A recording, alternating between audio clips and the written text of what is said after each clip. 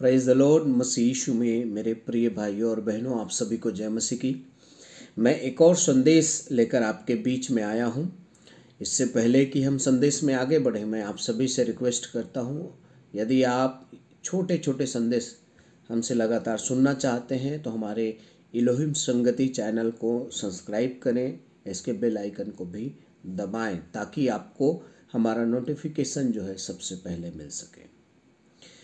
एक संदेश जो मैं आपको दे रहा हूं, बाइबल के वचन के अनुसार मैं आपको 7 बपतिस्मा के बारे में बताना चाहता हूं। अब आप में से कई लोग आश्चर्य होंगे कि ये पास्टर कैसा है जो कहता है कि 7 प्रकार के बपतिस्मा हैं। लेकिन मैं आपको बता दूं कि हम ध्यान से देखें तो सच में हमें 7 बपतिस्माएं बाइबल में दिखाई देती है। आइए हम जानें ये कौन कौन से 7 बपतिस्मा हैं। पहला, मरकुस रचित सुसमाचार, उसका 1 अध्याय 4 पद, जिसमें लिखा है मन फिराव का पानी से बपतिस्मा। आप सब जानते हैं यूहन्ना बपतिस्मा दाता जब बपतिस्मा देना आरंभ किया तो उससे मन फिराव का पानी से बपतिस्मा कहा गया। मन फिराव का बपतिस्मा किसके द्वारा? पानी के द्वारा। दूसरा, यदि हम कहें तो प्रेरितों काम अध्याय 2 और उसका 37 से 38 पद, और मत्ती रचित सुसमाचार 28 अध्याय 18 से 20 पद, जहाँ पे प्रभु ने महान आदेश दिया है, वहाँ पे स्पष्ट लिखा गया है प्रेरितों काम 2 अध्याय 37-38 में कि तुम में से हर एक अपने अपने पापों की क्षमा के लिए बपतिस्मा यीशु के नाम से बपतिस्मा ले। तो दूसरा बपतिस्मा है पाप क्षमा का बपतिस्मा। वो किसके द्वारा? पानी से। वो भी मन फिराव का बपतिस्मा पानी से, पाप क्षमा का बपतिस्मा भी पानी से, जिसमें हम यीशु मसीह के साथ पाप के लिए मर जाते हैं, गाड़े जाते हैं और तीसरे दिन पानी के कब्र से बाहर आ जाते हैं। तो ये दूसरा बपतिस्मा हो गया।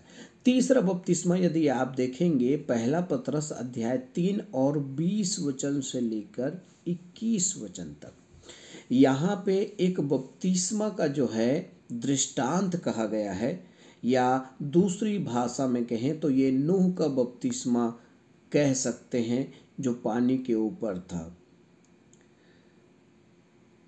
आप याद कीजिएगा, जब जल प्रलय हुआ तो उस 40 दिन और 40 रात जो है बारिश होने से उस नाव में नूह और उसके परिवार जो है तैरते रहे। नीचे पानी, ऊपर पानी, चारों तरफ से पानी ही पानी। तो नूह का बपतिस्मा हम इसे कह सकते हैं। पहला पतरस 3 अध्याय 20-21 वचन। चौथा, मूसा का बपतिस्मा, पहला कुरिन्थी अध्याय 10 1 और 2 वचन को यदि हम देखें तो वहाँ पे लिखा है कि इजरायलियों ने भी मानो बादल और पानी से बपतिस्मा लिया। इस प्रकार वचन हमें बताता है, तो इसे हम मूसा का बपतिस्मा कह सकते हैं। तो ये 4 हो गया।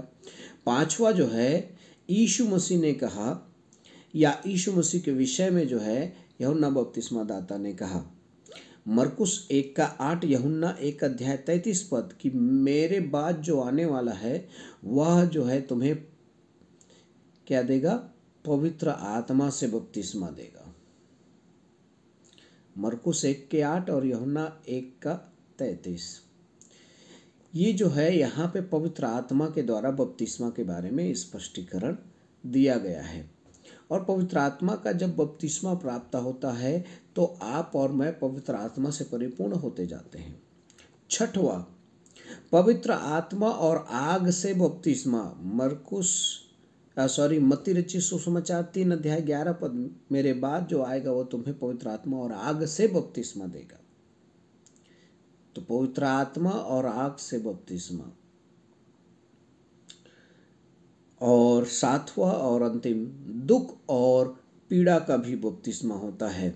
मरकुस 10 अध्याय 38-39 में जब याकूब और यूहन्ना की माता आकर यीशु मसीह से कहती हैं कि हे प्रभु, जब तू राज्य में आए तो मेरे दोनों बेटों को, एक को दाहिने बैठाना, एक को बाएं, तब यीशु मसीह ने उनसे कहा था, क्या मैं जो बपतिस्मा लेने वाला हूँ, क्या उसे तुम भी ले लोगे? क्या मैं जो कटोरा पीने वाला हूँ वो तुम भी लोगे? हाँ प्रभु जी, हाँ प्रभु जी। तो प्रियो, आपको और मुझे इन सभी बपतिस्मा से गुजरना बहुत जरूरी है। आपको और मुझे मन फिराव अपने जीवन में प्राप्त करना बहुत जरूरी है।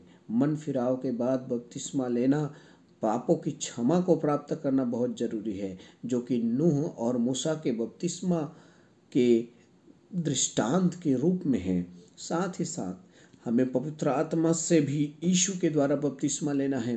पवित्र आत्मा और आग का बपतिस्मा हमें लेना है, और दुख और पीड़ा का भी बपतिस्मा से हमें गुजरना बहुत जरूरी है। मैं विश्वास करता हूँ ये संदेश आपके लिए आशीष का कारण होगा। इसमें मनन करें और समय निकाल के इस संदेशों को अपने जीवन और अपने कलीसिया परिवारों में इस्तेमाल करें। आप सभी को बहुत ताय से परमेश्वर आशीष दे। Praise the lord. जय मसीह की।